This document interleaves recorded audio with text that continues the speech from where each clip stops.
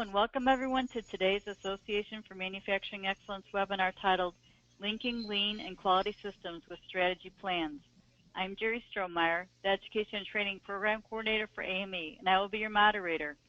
Today's presenter is J.D. Marhevko, Vice President of Quality and Lean Management Systems and Environmental Health and Safety Management Systems at Accuride Corporation across its multiple business units. 4 Accuride sites have been recipients of the AME Excellence Award from 2014 to 2016. JD has been involved in operations and Lean Six Sigma for almost 30 years across a variety of industries. She is an ASQ American Society of Quality Fellow and a Certified Master Black Belt.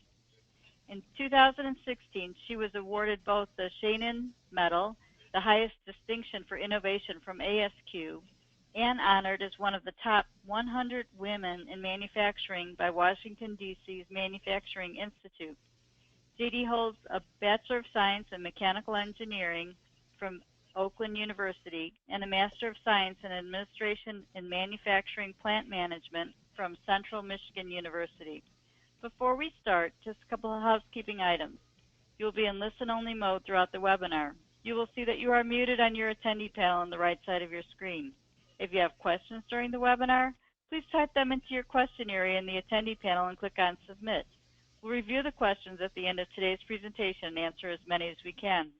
When you log off today, please check your email inbox, and it will be an invitation and link to fill out a short webinar attendee survey.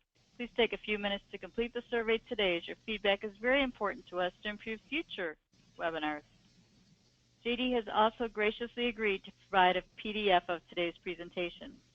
We will be sending that along with a recorded link for a webinar replay to each of you next week. Now I am pleased to introduce JD Marhevko, who will present Linking Lean and Quality Systems with Strategy Plans. Take it away, JD. Thank you, Jerry Ann. Accuride is a billion-dollar business that makes wheels for big trucks. Every time you see a big truck running down the freeway, that's got typically 18 or more of those big wheels on it, and those are largely Accuride wheels. We make steel wheels, aluminum wheels, brake drums that the wheels are attached to, hubs that the wheels are attached to, part of the braking system, which are slacks, and braking components such as rotors and spoke wheels. So you see buses, fire trucks, all those types of things. So wheels are a pretty critical component for us, and we like to make sure that we make them properly and safely. But to do that in multiple countries, we have to have an effective strategy that's tied to our lean and quality management systems. So across this time, what we're going to do is we're going to learn how to tactically apply, define, measure, analyze, improve, control in a way to link our quality and lean management systems to that of the organization, so that we can make sure that our business is utilizing and leveraging the quality and lean tools that it needs to be effective. We should also be able to increase your understanding of developing and managing a strategic plan. As we go through this process, we're going to learn about both lean and quality, but lean is flow, and you get flow through pull. It's how fast can you do something. And that's all well and good. We want to be as fast as we can, because the faster you can get something to a customer, the faster they take delivery of the product, and the faster you can get paid, and the less your money and your working capital is tied up. But there's a counterbalance to that, and that's the quality side. If you don't have a quality process going on, and you have to do rework, or things are getting set off to the side for sorting, then that impedes your ability to be fast.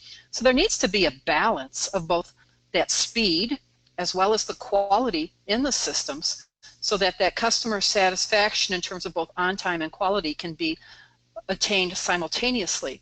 If both of those things are happening well, your business costs should be as low as possible, so that you can experience the margins that you need to get proper effective results for selling your product to the customers. Lean itself strengthens your organization's competitive advantage. And all of us, it's a dog dog-eat-dog world out there, and we really have to make sure that we're effective in how well our product is delivered and how on time it's delivered. These are some elements for lean success. On the operations side, in square one, we're trying to efficiently move product correctly.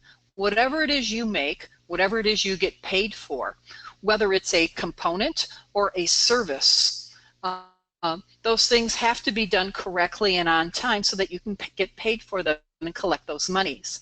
Many companies call this piece of the process lean manufacturing.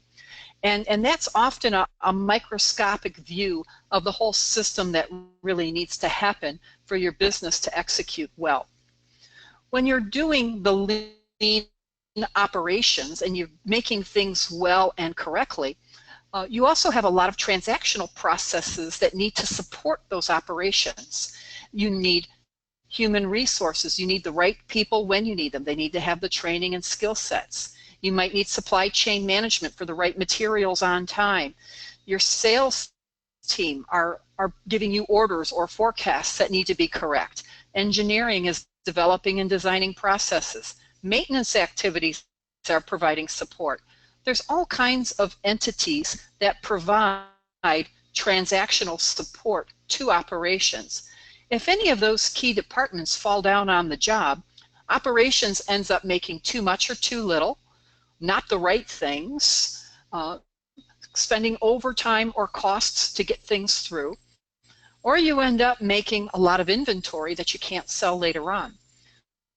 So operations is heavily affected by those transactional teams, and even if they perfectly move all the right things and make them correctly, they still can't be optimized if the transactional teams aren't also optimized.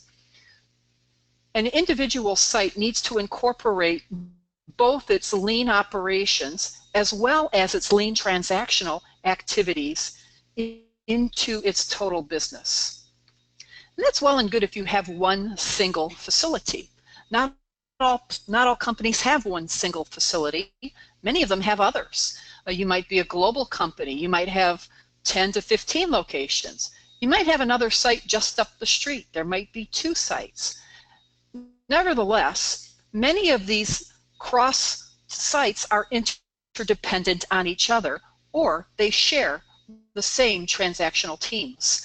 They might share human resources. They might share the finance teams. There might be a shared quality group or a supply chain group.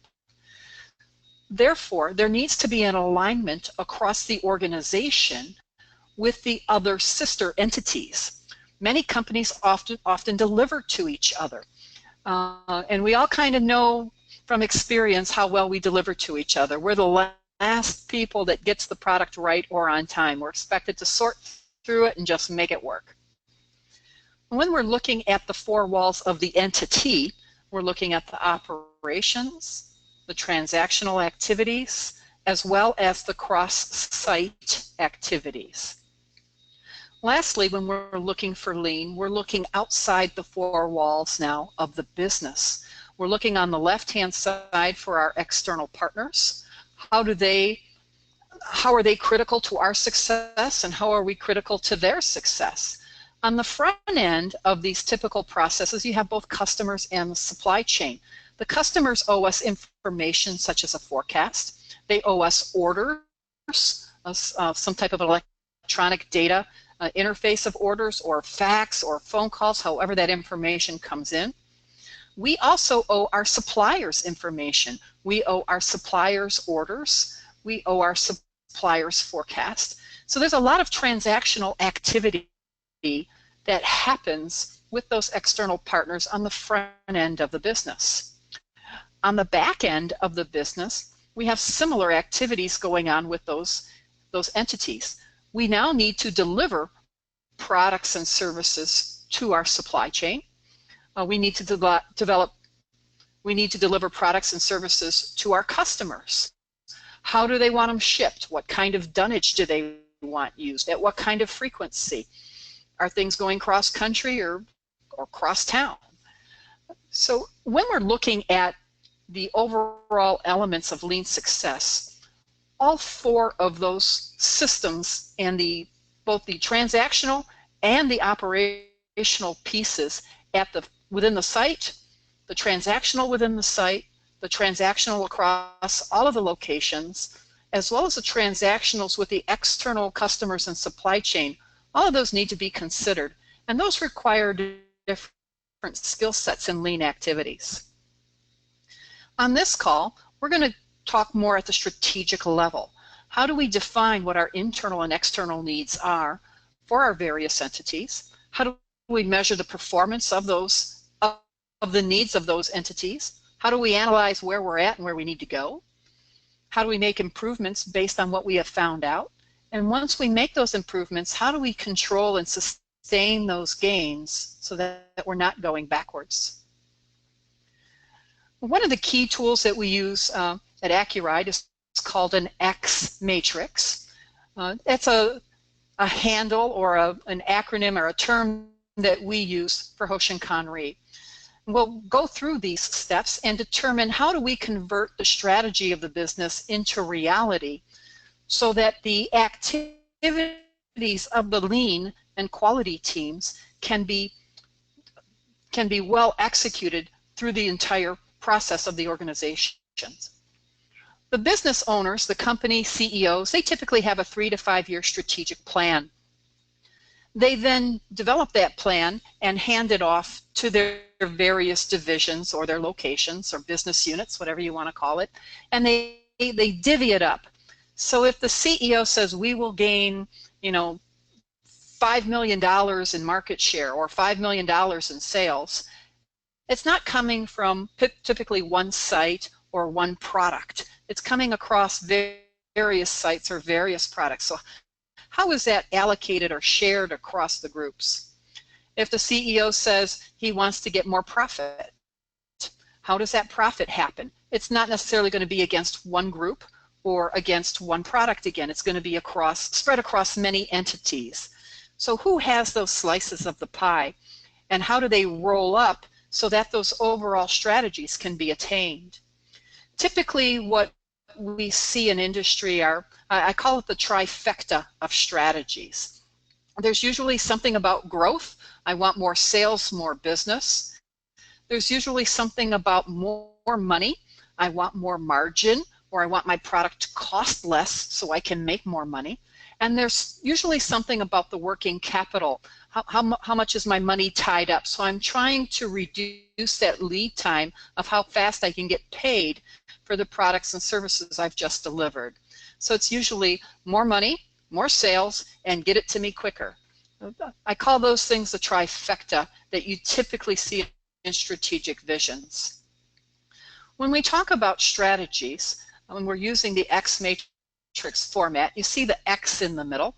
We have those strategies that the company is going to come up with. So whether they're relying on that trifecta, those 3 strategies, or if they have 5 or 6 strategies or even more, there's going to be main initiatives around how to achieve those strategies. Different teams are going to accomplish those in different ways. The engineering team is going to have different initiatives to get more sales than the quality team is. They're going to do different things. So the different functional groups and the different business units will have various activities that they're going to do to make those strategies happen. From those initiatives, those teams will then have tactics that they execute to so that they can make sure these things are happening. And then to make sure that those tactics are having the desired action and effect, there's key measures to make sure that we're on track. On the far right-hand side, it's who's going to do this work, the resources, getting that all lined out. We're going to work through that 4 block and go through some real live examples of how a lean and quality organization might tie themselves to the actual strategic plan that a corporation comes up with. Another activity that we're often tasked with now is in our strategies, we have to consider who these strategies are for. There's new standards out there with ISO 9001. There's automotive standards, IATF 16949.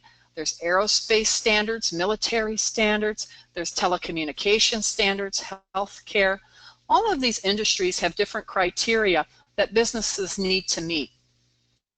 And most of them are becoming very aligned on 5 different types of interested parties. That would be the customer using the product, the stakeholder themselves, the employees that run the organization, and they may be paid, or you might be a voluntary organization such as a food kitchen, the supply chain that delivers the components or the raw materials needed for the business, and the community at large. When we talked about the trifecta earlier, well, I want more sales. Well, that's pretty much a stakeholder concern. The customer, they don't necessarily care if you get more sales or not. They just want to make sure that your product's good, right, and as cheap as possible. Then I want to have more margin, more profit. Again, the customer wants the product for as low a price as possible, and that's kind of at odds with what the stakeholder wants. They want the highest margin you can get, and the customer wants you really to get some effective cost benefits for them.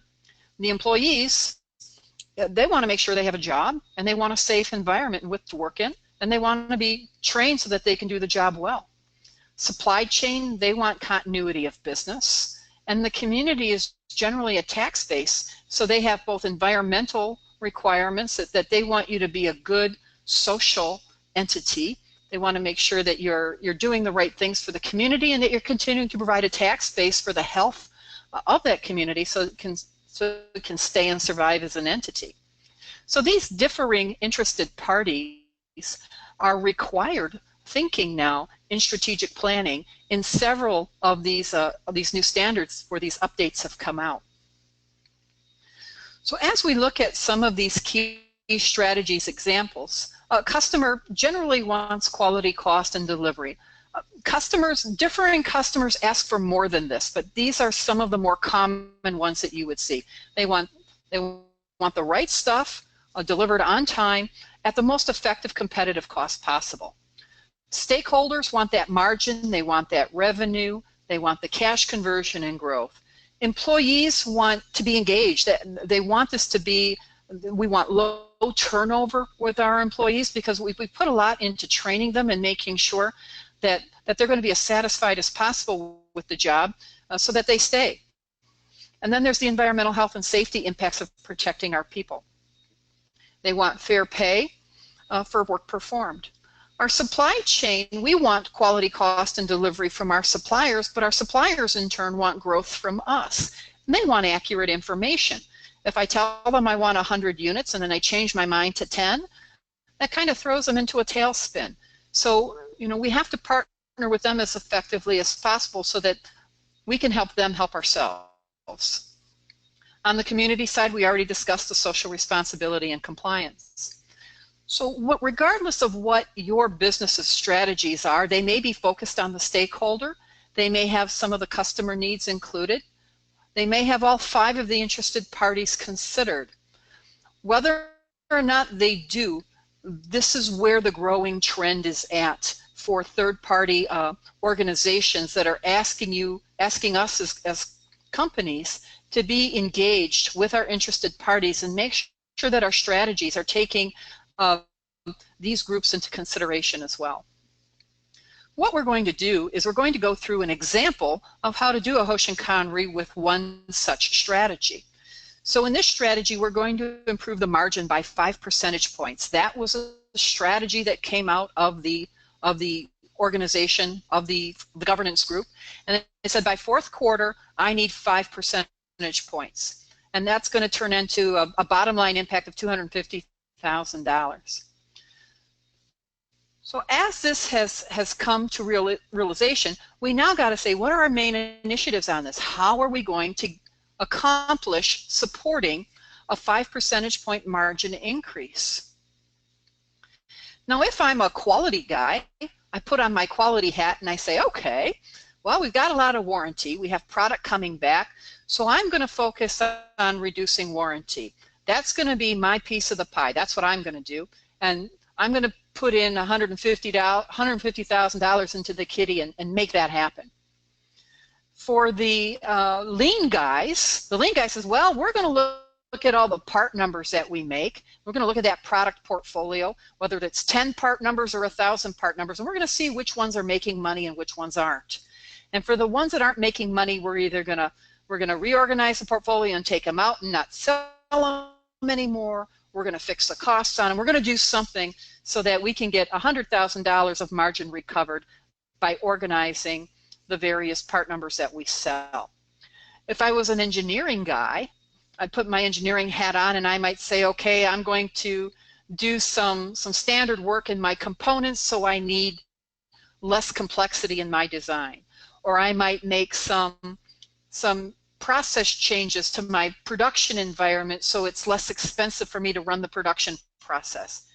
Depending on who I'm at in the organization, if I'm quality, if I'm lean, if I'm engineering, if I'm human resources, when I put on those different perspectives, I'm going to have a different initiative that will all help the company achieve this key strategy of improving margin by 5%. So now if I go to the top for the tactical actions, I've got my quality hat on. I'm going to reduce warranty. What am I going to do to reduce warranty? Well, I'm going to get a warranty team kicked off. That's my tactic. It's very functional. It's right in the moment. This is something I can go out and do today. I'm going to conduct a corrective action, preventive action. That's CAPA. I'm going to go execute this warranty team, and I'm going to have them start evaluating everything that's going wrong. On the front end of my process, I'm going to conduct failure modes effects analysis, FMEA, and control plan reviews on my loss leaders. This allows me to put prevention in place so that I can stop having these losses being incurred. So I'm going to work on the back end and analyze what's going on. I'm going to work on the front end and see what I can do to prevent, and hopefully I can get $150,000 in cost impact as a result of doing these activities.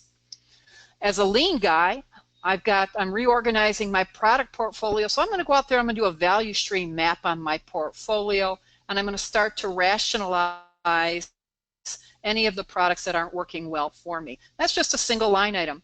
So on the top are the tactical actions that I'm going to be doing. Tactical actions are generally within my calendar year, or they might be within quarterly chunks. Sorry about that. On the right-hand side, we're going to start talking about key metrics and how those work. And with these key measures, we look a lot to what we call leading and lagging indicators, or leading and lagging measures. Many of the lagging measures that we look at are on-time delivery, parts per million, cost of poor quality. These are after the effect, and we end up being very reactive to those.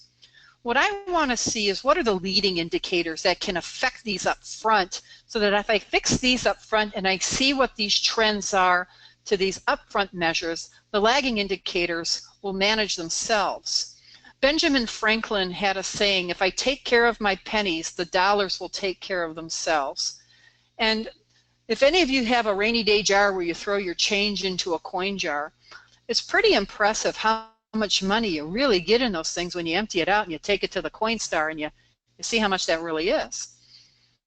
The bottom line is, the more you can tie leading indicators to your lags, the more that you can manage those leading indices, the better off your lagging measures are performing.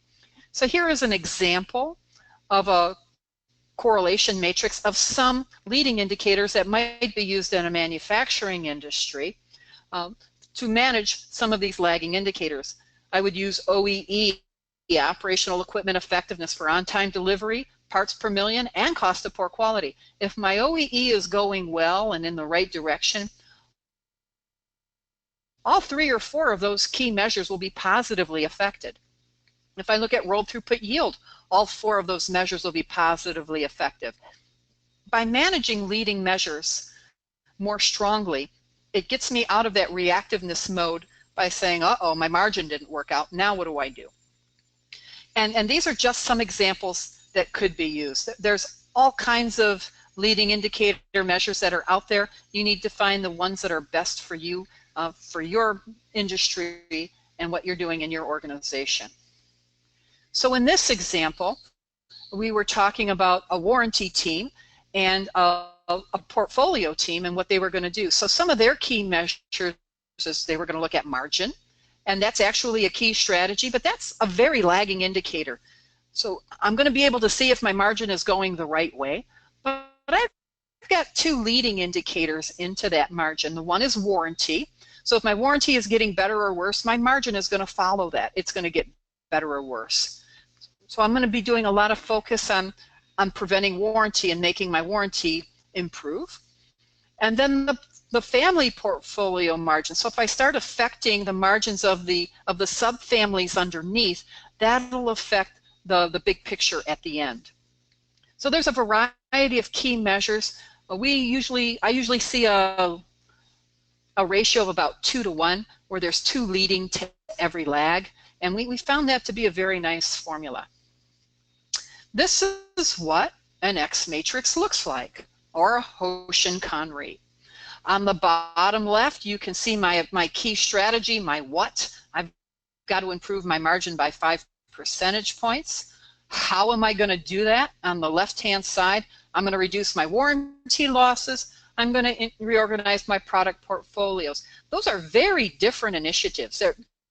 They require different teams, different lines of thinking, but both of them help me achieve my margin strategy. On the top are my physical tactics. What am I going to go do right now? I'm going to go out into my production environment. I'm going to go get my team together, conduct the portfolio analysis. I'm going to go get a different team together. We're going to do the FMEA review. We're going to pull a warranty team together. So these are very tactical activities that have people assigned, who, what, where, when, and they're very time-based.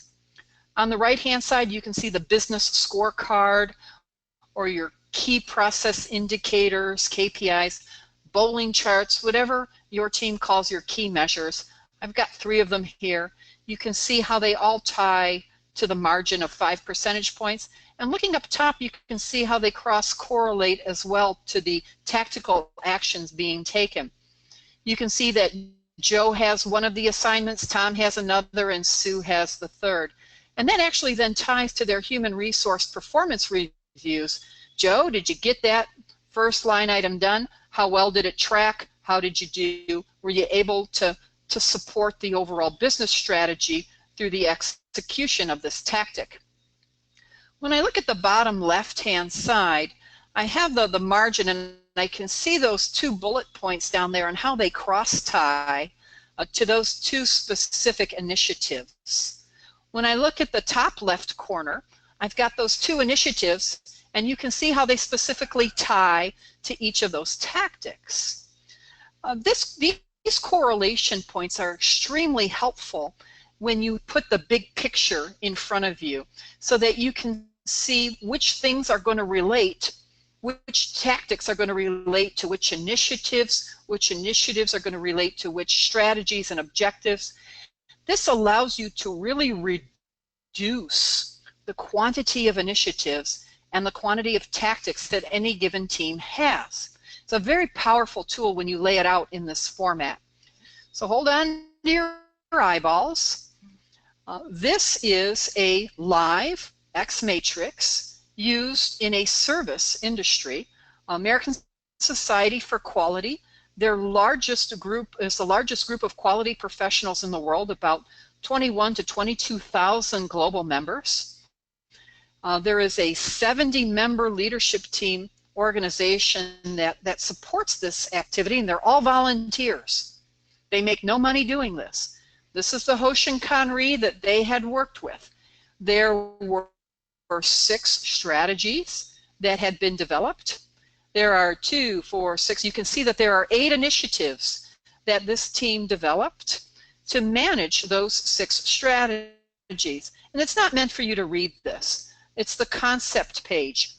You can see through the bullets and dots in that bottom left-hand side that each strategy is being served by 1 or more individual initiatives.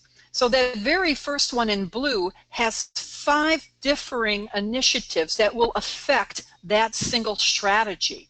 This ensures that the leadership team for this service organization has left no strategy behind. Every single strategy is covered at least more than once by a variety of initiatives. You can also see there's only 8 initiatives. That's it. As the team went through its brainstorming process, and it's called catchball, as they've evaluated the various inputs for the stakeholders, these were the top 8 initiatives they came up with.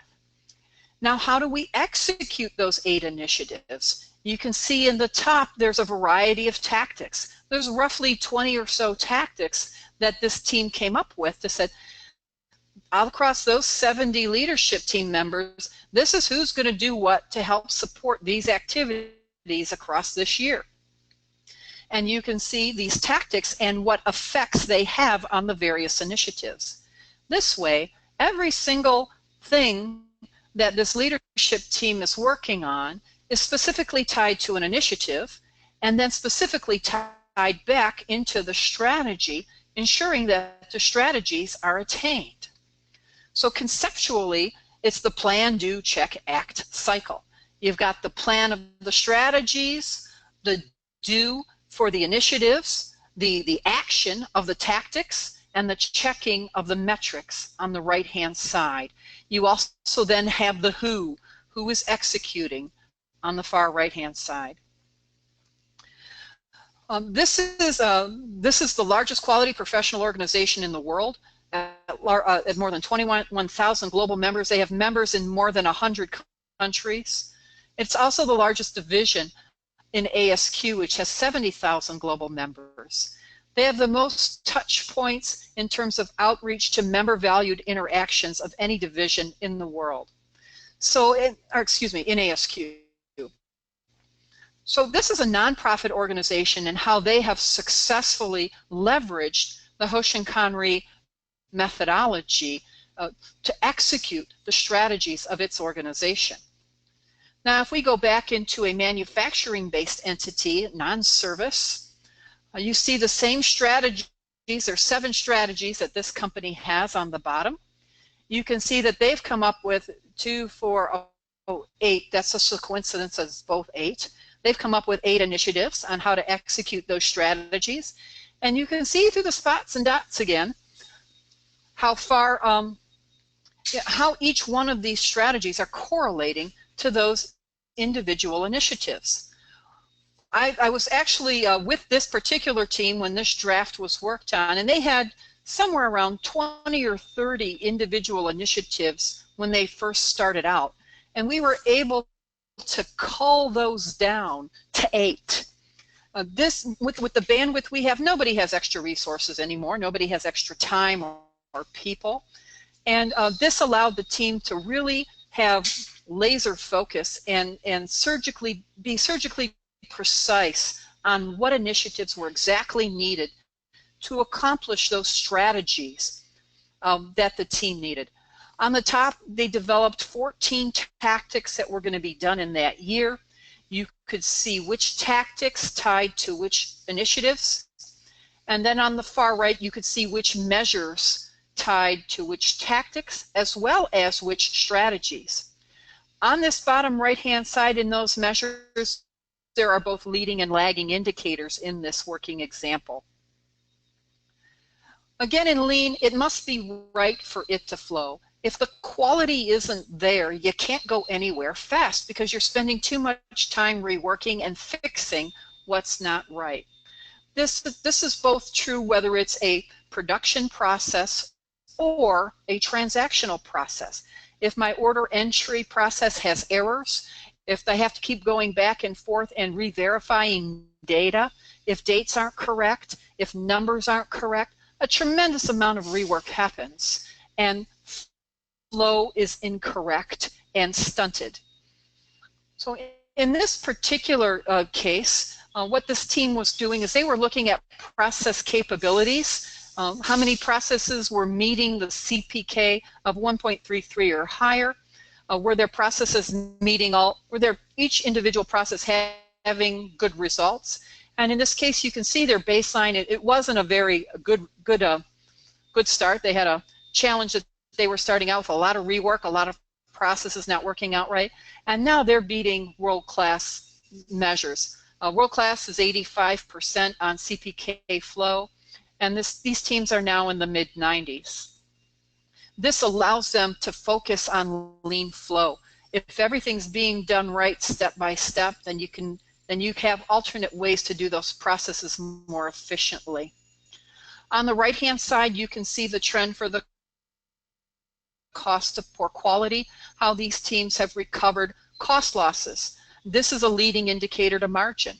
By recovering this magnitude of cost of poor quality, margin was able to be improved upon.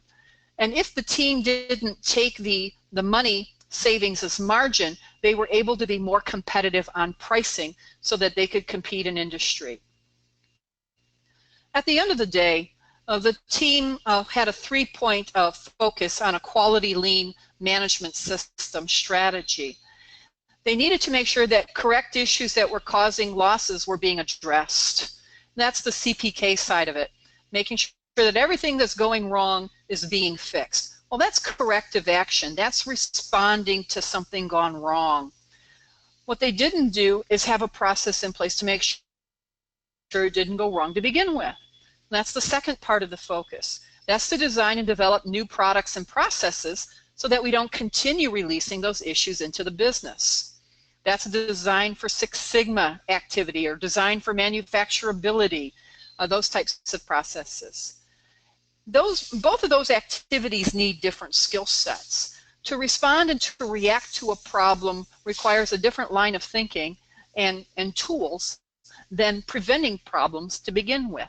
So you need to effectively train your personnel in both sets of skills, both corrective action as well as preventive and risk-based activities. As we've worked on those quality systems, you're able to now achieve a strong go mentality without leaving bodies in the waste stream. These teams have been able to hit what we call a 50-50-20 result. We've seen an average reduction of 50% in lead time across all processes. We've been able to enable an average productivity increase of 50%, again, on average across all process types. And this has enabled the average cost per unit to be lowered by more than 20%. So that directly affects the margin and or the sales team's ability to manage pricing to be competitive. And again, you can't get this kind of flow, and I'm going to go backwards a slide, if you don't have the right quality going into the system. So it has to be right for it to flow. Here are some examples from a variety of teams. On the top left-hand side, this was a new product introduction team, an engineering team, multiple countries involved. It was 170 days of lead time to take a new concept and get it delivered, to get it introduced. Afterwards, on the top right-hand side, you see a value stream map in the form of a swim lane chart. And each horizontal row represents a different department or team. There's a row for engineering, for production, for human resources, for maintenance. This particular process had to hit all of those teams. There's sales, there's a customer in here. And how did the ins and outs of each of those process steps have to be evaluated? There's a mini SIPOC, a supplier input process output customer. There's a mini SIPOC done at any one of those boxes so that you could understand what was going in, how long, what the process steps were being done inside that box, and then what was coming out to who. In doing that and having very strong understanding and awareness across the entire cross-functional team, they were able to take that 170 days down to a 40-day average. So that resulted in a 70% lead time in reduction. So let's go back up a slide. We have found that the more complex the process, the more that the humans are involved in the process, the more you are able to reduce that lead time. So if it's a batch-based process, I'm pouring iron. I've got a fixed chemical line. Those still have some good opportunity to reduce lead time, but we don't see as much. We've seen, 15 to 20% on average in terms of reduction lead time into batch processes. Warehouse, where you're moving stuff back and forth, you're getting trucks loaded, you're doing sequencing. We've seen that right on the 50% mark. Manufacturing overall on the 50% mark. But the transactional activities, they get some pretty impressive reductions in lead time. So think about what this means for a typical engineering team. If it used to take them 170 days with X amount of guys to do this, and now it takes them 40 days with the same amount of guys, they can now do almost, a little bit more than 4 times as many quotes or new product introductions in the same amount of time, making them faster to market. And having the improved level of quality output. Having the right designs, more robust, things are right the first time when that design hits the production environment. On the measurement system, someone said what gets measured gets done. I don't know who said it, but I know it works. This is an example of a business scorecard format that's becoming more and more globalized and common. AIAG, the Automotive Industry Action Group, the Malcolm Baldrige, the Baldrige Performance Excellence teams, any of the IATF, the various third-party groups that come in and assess places nowadays, they are really looking for 3 years of history. Where have you been and where are you going? Then they also look at where are you today? What is your current performance to your target? These are very common formats that are coming now, that are becoming largely globalized. A point of comparison is generally required now for at least a third of your KPIs, your key performance indicators in your industry, if you're going to go for some kind of a system review with the Performance Excellence Awards, with AME Awards. So they require some type of point of excellence to be objectively reviewed so that you can see if you're really as good as you can be. In this particular example, a customer provided that point of comparison, and this was a warranty set of results. And you can see that this team just simply was not meeting the rest of the customer's other suppliers, and it was brought to their attention, and it allowed them to see where they needed to get to in a short hurry. Analyze, to know and not to do is not to know. It's one of my favorites. If you send people out to evaluate something and they come back with their answers and you don't do anything about it, why did you waste their time? In this particular example, this is a product portfolio. We talked earlier about one of the objectives of being the portfolio alignment. And each item here on the top left box, there were 2 part numbers that had a negative 100% margin. So they were losing a negative 100% pricing when they were selling this product. If they would have sold 1 million of these units, it would have bankrupted the company. They had 8 part numbers that were meeting the targeted margin. They had another 3 that were exceeding margin, that was good, and 1 that was meeting 100%, 150% of the margin. All of the rest of the products were below that black line, were not meeting the planned margin. And anything at 0 or less was a drag on the company. Excuse me. So this team had to conduct a product by product evaluation. What do I do if it's below 0? Do I continue to offer it? What are my rules of engagement? How do we get into this situation? How do I prevent it from happening again? How many more can I allow myself to sell before my company's in trouble? Do I put a scale on these things, or a cap or a limit? How do I work with my customers? Do I have a quality issue here? Did I just miss the costing on this? Can my customer handle a higher cost so that I can make margin? All kinds of questions. As the team met to review these and implement rules of engagement, you can see on the top right-hand side how the process was shifted farther right. They didn't meet everything they needed to meet. They still have quite a few part numbers that are not meeting the targeted margin. Nevertheless, they're not losing money anymore on these products either. They were able to gain a 22% improvement on margin base. And if you recall, the original objective was 5%. The team was able to achieve this in 6 weeks. So we thought that was quite impressive. And when this team was able to execute to this level, we saw the power of this, and they continued on through the rest of the families. They also had a 60% reduction in portfolio products. So they were offering fewer and fewer products to the customers, but they had to work to transition the customers to other equal products so that there wasn't a negative effect on the customers. And this wasn't easy. There was a lot of heartburn, but there was a lot of reevaluation of the systems at what got us to this point to begin with. So Will Rogers, if anybody hasn't read his autobiography, he was a cowboy turned politician turned stage show artist. But if you're sitting on the right track, you'll still get run over if you just sit there. And he has a lot of very insightful comments.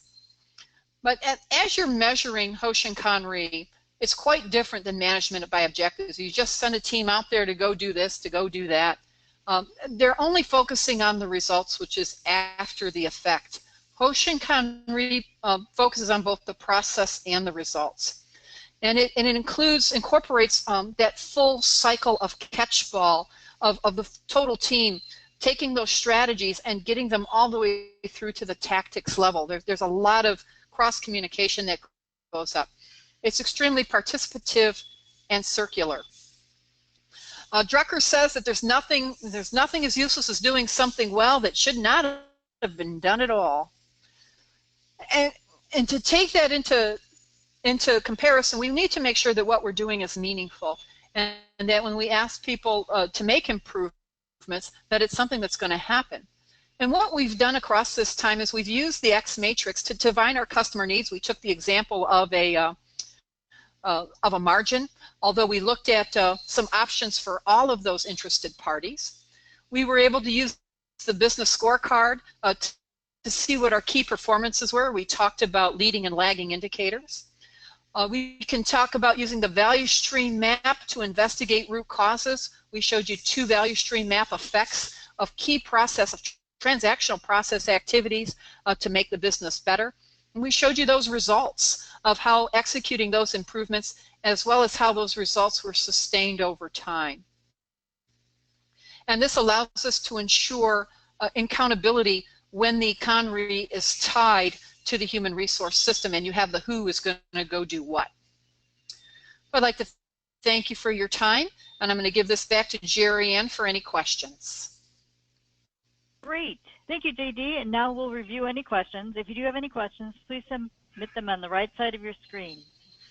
And our first question, JD, is what software do you recommend to keep this all together?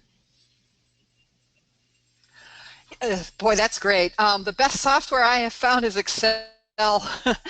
There are some strategic planning softwares out there that specifically do Hoshin Kanri. There's a nice one that Sweden has issued. I've not personally used it, but I've seen it, and it looks nice.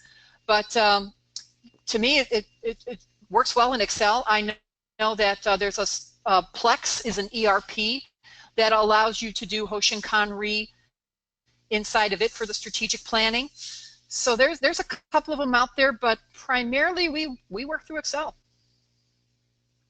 Okay, great. Next question is, what can I do if my boss doesn't want me to do this? If your boss doesn't want to do this himself, you need to take care of you. This is a very strong tool. The University of Tennessee came out with a really nice acronym called MOUND, M-O-U-N-D, and it stands for middle, out, up, and down.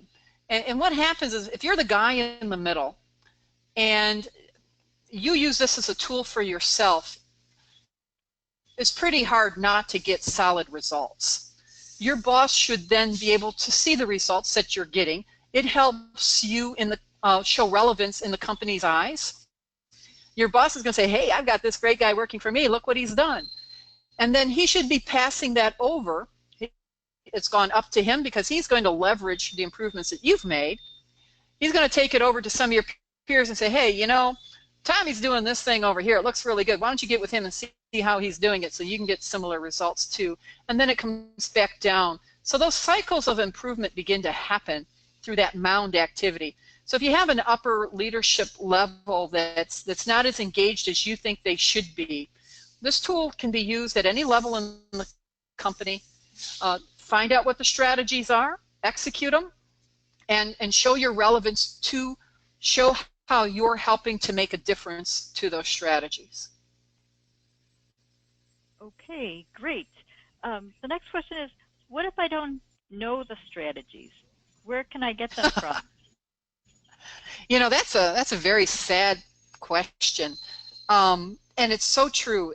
USA Today came out with a little factoid survey that they have these fast facts or snap facts that they have in the daily USA Today papers, and one of them was how many management team level, how many executive teams share the strategies with their people. And I was stunned. I was in shock for at least a week because the result was 3 to 5%. So as good as that question is, it's extremely sad because 3 to 5% of people in North America actually get the strategy. So how do they know what to tie to? How do they know how they're going to be moving the big boat in the right direction? Because everybody's got an oar in the water, and if they're not all pulling in the same way, you're kind of stuck. So if you don't know the strategies, they're typically not that hard to find. You can start with your immediate boss. Hey, boss, do you know what the strategies are? If he doesn't know, keep your eyes and ears open. If you're a public company, there's going to be a business report. Strategies are typically listed in the business report.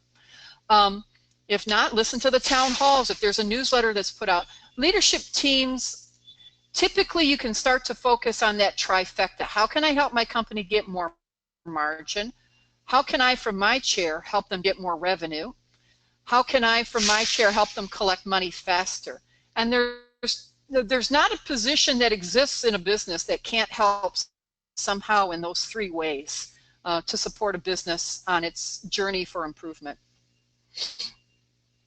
Okay, great. Looks like we've got one more question. I'm not high enough in the organization to do this strategy connection work. What can I do instead? Even if you're at an engineering level or a supervisor level where you're not directly involved in the strategic planning, this is still a tool that can help you figure out your path, your plan. You can show it to others, but the first thing is to get your own set of results so that you can show the effectiveness of it. That helps you get into those positions much more quickly. But if you're not in there now, be aware.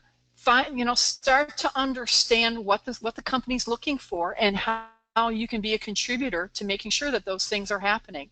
And share your results. People need to show their relevance because when times get tough, they look for people, they look for people who contribute the most, and those are the ones that are going to stay. And those that they don't know or understand how they're contributing to the organization, regardless of where you're at in the business, those are the ones that go first. This is a very strong tool. It's used by the best-in-class lean organizations in the world, and it will help you get to where you need to be on your personal career path. Okay, great.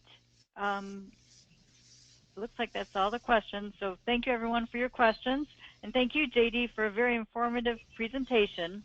Our next scheduled webinar will be on Thursday, August 24th, titled Use the AME Excellence Award Process to Improve the Way You Improve with Michael Bremer.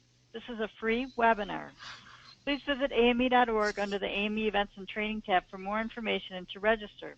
Please don't forget to fill out the short survey that will be in your inbox. Thank you everyone for attending and have a productive day.